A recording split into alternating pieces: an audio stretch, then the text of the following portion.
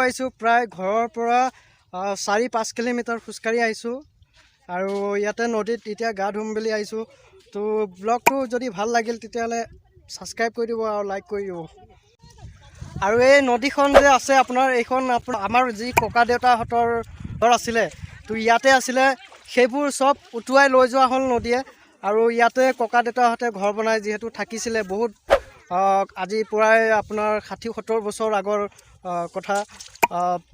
গাঁও আছিলে, ইয়াতে ডাঙৰ গাঁও আছিলে, ইফালে বড়ো মানুহৰ গাঁও আছিলে আৰু ইফালে ধৰক অসমীয়া মানুহৰ ডাঙৰ এখন গাঁও আছিলে। যেতিয়া এই নদীখন যেতিয়া আপোনাৰ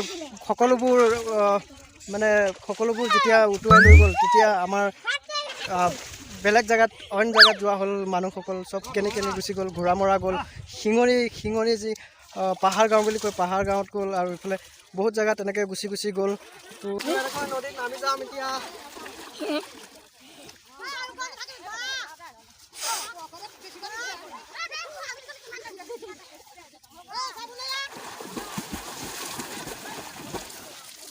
আমি গা ধুলো ইয়াতে আৰু গামোচা চামোচা লগাই ললো। আৰু hi guys, happy Bihu, Rongali Bihu, happy Rongali Bihu.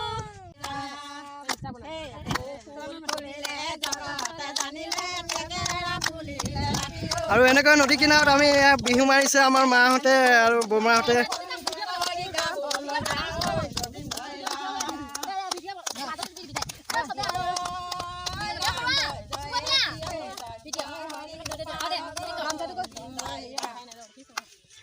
Bihu এটা হৈ যাওক, বিহু এটা।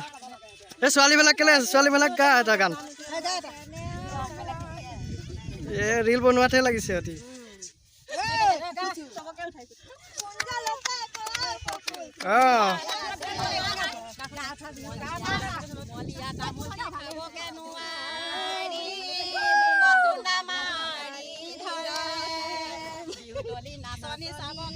চফালিব নাচাওক।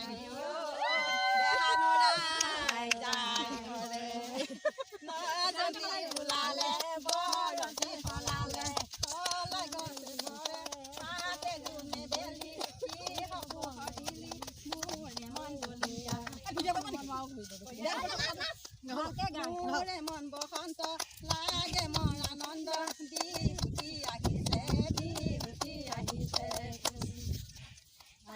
আহিছে বসন্ত তুমি জানমণি বহাগৰ প্ৰতিটো বহাগতে মৰম নাচো তোমাৰ গুণ কৈ বৰাই ফুলে ফুলে কৰিছে তোমাৰ ডাল ভৰি ভৰি পৰিছে